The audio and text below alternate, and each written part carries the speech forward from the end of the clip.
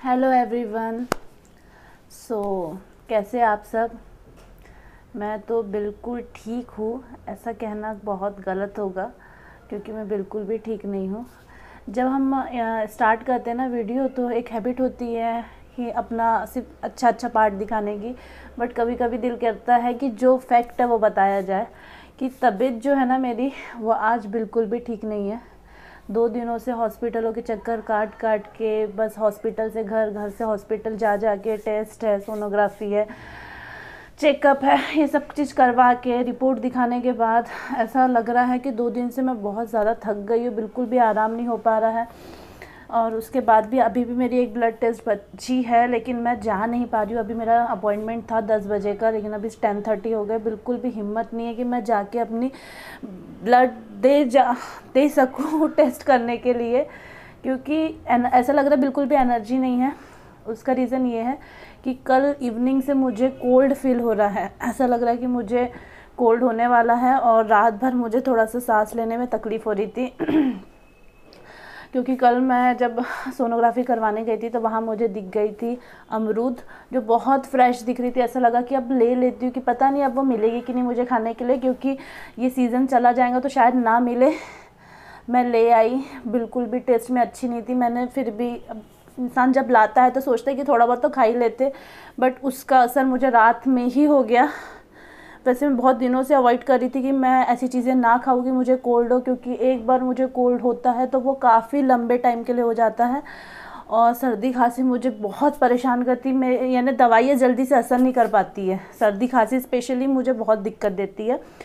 सो मैंने लाई, मैंने नहीं सोचा था कि ऐसा हो जाएगा, बट मुझे रात में बहुत ज़्यादा ब्रीथिंग में, एक तो वैसे ही मुझे इशू है, और कोल्ड की वजह से मुझे काफ़ी ज़्यादा नींद नहीं हो पा रही थी। और जब नींद नहीं होती है तो सेकेंड डे जो हमारा निकलता है वो बहुत ही ज़्यादा बेकार लगता है, एकदम थका थका, नींद ना होने की वजह से तो इस वजह से मैं अपने ब्लड टेस्ट के लिए नहीं गई अभी। देखो अब कब तक कैसा चलता है और कब तक मैं ठीक होती हूँ, क्योंकि कोल्ड की मेडिसिन मैम लोग नहीं देते हैं।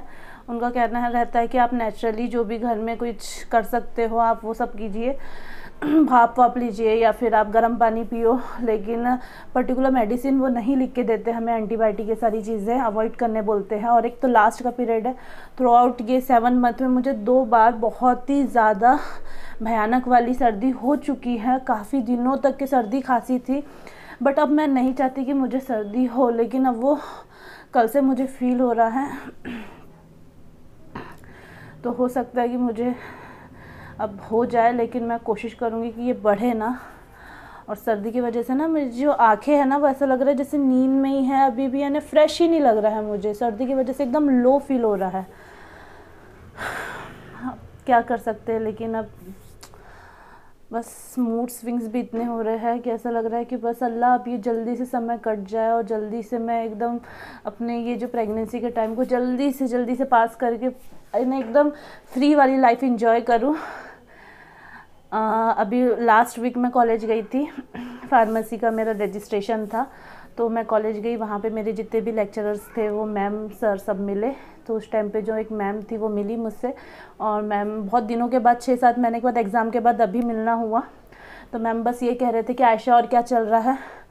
तो मैंने बोली मैम कुछ नहीं, बस प्रेगनेंसी के लास्ट मंथ चल रहा है, फिर उसके बाद मैं फ्री हो जाऊंगी। तो मैम हंस के बोलते कि नहीं, अब तुम फ्री तो हो ही नहीं सकती, अभी तो जब तक तुम्हारा बेबी छोटा रहेगा तब तक तो तुम बहुत बिजी हो। यानी किसी किसी की कुछ बातें ना हमें दिल को लग जाती कि हाँ यार ये तो सही कह रहे हैं। हम सोच रहे कि बस अब फ्री हो जाएंगे, बट ये पॉसिबल नहीं है। अभी यहाँ से जो न्यू जर्नी स्टार्ट होंगी, क्योंकि माहिरा 4-4.5 साल की हो गई, तो हमें लगा कि हम अब थोड़ा स्टेबल हो गए, फ्री हो गए। बट अब फिर से वही जो समय था, रातों में जागना, बेबी की केयर करना, हर मौसम में उनके जो चेंजेस होते हैं थोड़ा बहुत, वो सारी चीज़ें माही ने तो बहुत सताई, क्योंकि माहिरा का थोड़ा सा अलग, सब बच्चों का नेचर अलग होता है। अब देखो ये बेबी कैसा रहता है, इंशाल्लाह की सारी चीज़ें अच्छी हो। और पहला बेबी हमें बहुत कुछ एक्सपीरियंस दे दिया है कि हमें कैसे मैनेज करना। फर्स्ट बेबी में हर किसी को थोड़ी प्रॉब्लम होती है बट इंशाल्लाह कि इस बार मैं थोड़ा सा एक्सपीरियंस वाली हो गई हूँ कि अब मैं कर लूँगी मैनेज। लेकिन अकेले मैनेज करने में जो दिक्कत होती है ना, वो सिर्फ हम ही जान सकते हैं। और यहाँ पे आज बिल्कुल भी सूरज नहीं निकला है, बिल्कुल भी नहीं निकला है। तो इस वजह से ना रूम से बाहर जाने का मन कर रहा है। बिल्कुल कैप वैप लगा के बैठी हूँ मैं। पहले तो मैं सुबह जब उठी तब मैंने नहीं लगाया था, लेकिन उसके बाद मेरे जो फेस थे ये सब ठंडा हो रहा था, यानी मुझे ऐसा लग रहा था कि सब नाक और मुंह एकदम ठंडा हो रहा है। मैंने कैप लगाई। अब कैप लगाई तो बालों के साथ पोनी डालो तो पॉसिबल नहीं हो पाता, तो मैंने हेयर खोल लिए, तो अच्छा तो लग रहा है। तो अब देखो कब तक के मैं रिकवर करती हूँ इन सर्दी से। और माहिरा आ गई है नीचे से नानी के पास से। दिन भर ऊपर से नीचे, नीचे से ऊपर होती रहती है, और बिल्कुल भी उसे स्वेटर जैकेट पहनना बिल्कुल भी पसंद नहीं है, बट उसे हमने पहना दिए है।